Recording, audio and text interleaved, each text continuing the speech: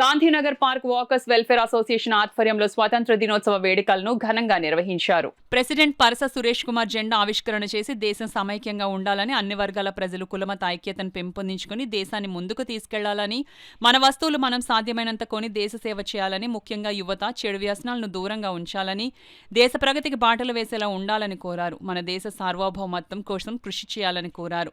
ఈ కార్యక్రమంలో మన కాకినాడ సీనియర్ జర్నలిస్ట్ శ్రీ మధుసూదన్ రావు సన్మానించి సత్కరించారు.